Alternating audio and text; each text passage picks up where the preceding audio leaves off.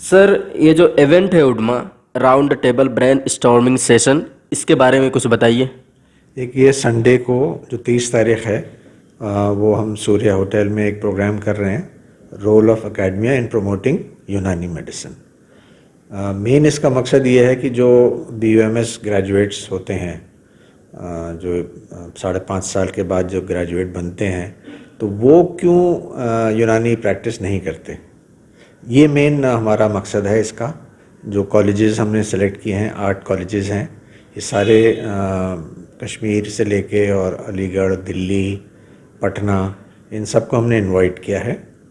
सब कॉलेजेस के प्रिंसिपल, इन 8 कॉलेजेस के, और 2-2 प्रोफेसर्स या असिस्टेंट लेक्चरर्स हमने इनको बुलाया है। और मेन उनका हमने ये देखना है कि क्यों स्टूडेंट जो है जब पास आउट होता है तो यूनानी प्रैक्टिस क्यों नहीं करता। वो मेन मकसद ये है।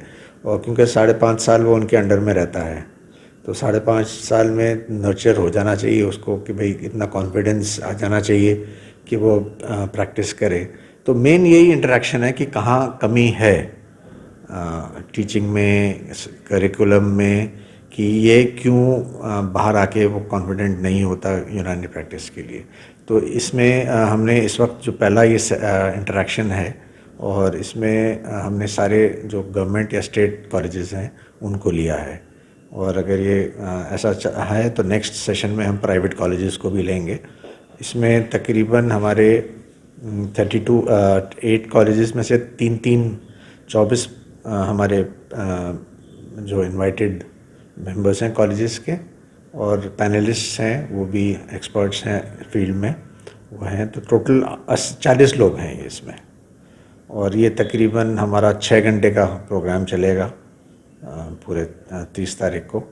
और उसके बाद जो भी इसका रिज़ल्ट निकलेगा वो हम मिनिस्ट्री में या कंसर्न डिपार्टमेंट में इसको शेयर करेंगे। और इसके चीफ गेस्ट जो हैं वो हमारे एडवाइज़र, और जो इस वक्त DG CCRM है मिनिस्ट्री ऑफ आयुष के, वो हैं। तो इसी तरह का ये प्रोग्राम है। सर, ये जो इंस्टीट्यूट हैं इनका अब तक यूनानी मेडिसिन के पॉपुलर करने में क्या रोल रहा है? देखिए, बेसिक टीचिंग तो उन्हीं की होती है। 4.5 साल वो पढ़ाई करता है, और 1 साल उनकी इंटर्नशिप होती है किसी हॉस्पिटल में, चाहे वो 6 महीने यूनानी और 6 महीने एलोपैथिक। तो मेन तो यही है कि भाई अब थोड़ा सा CCIM ने करिकुलम में चेंज किया है, NSCIM बन गया है। उसमें 15 दिन का एक हर कॉलेज को मैंडेटरी कर दिया कि किस तरह से उसको मोटिवेशनल लेक्चर्स दिलवाएं कॉलेजेस में।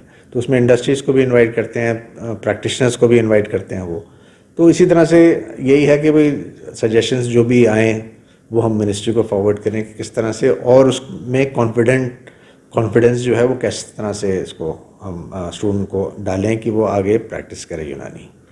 सर, यूनानी मेडिसिन जो है ये मतलब कहाँ कहाँ यूज़ होती हैं, कहाँ कहाँ, किन क्षेत्रों में, किन स्टेट्स में सबसे ज़्यादा यूज़ में आती हैं, या भारत के बाहर भी मतलब यूज़ में आती हैं ये यूनानी मेडिसिन? इंडिया में तो तकरीबन हर जगह है, ख़ास तौर से नॉर्थ इंडिया में तो बहुत इसका पॉपुलर है।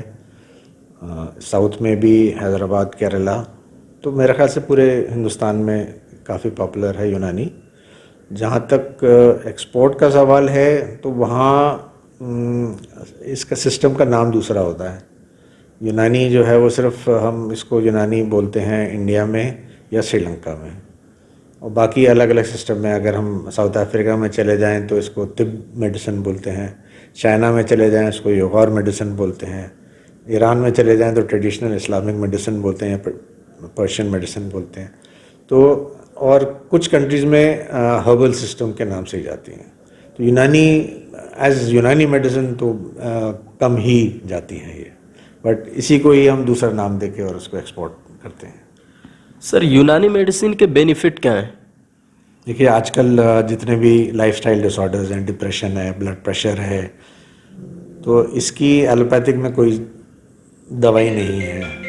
अगर डिप्रेशन में चले जाएं तो वो आपको नींद की दवाई दे देते हैं, क्योर नहीं है। लेकिन हमारे यहाँ अल्हम्दुलिल्लाह यूनानी में इसका क्योर है, चाहे डिप्रेशन हो, ब्लड प्रेशर हो, जितने भी अब आजकल टेंशन, स्ट्रेस, जितने भी लाइफस्टाइल डिसऑर्डर्स हैं उसमें बहुत अच्छा काम करती है यूनानी। शुक्रिया सरबाज जी। Thank you.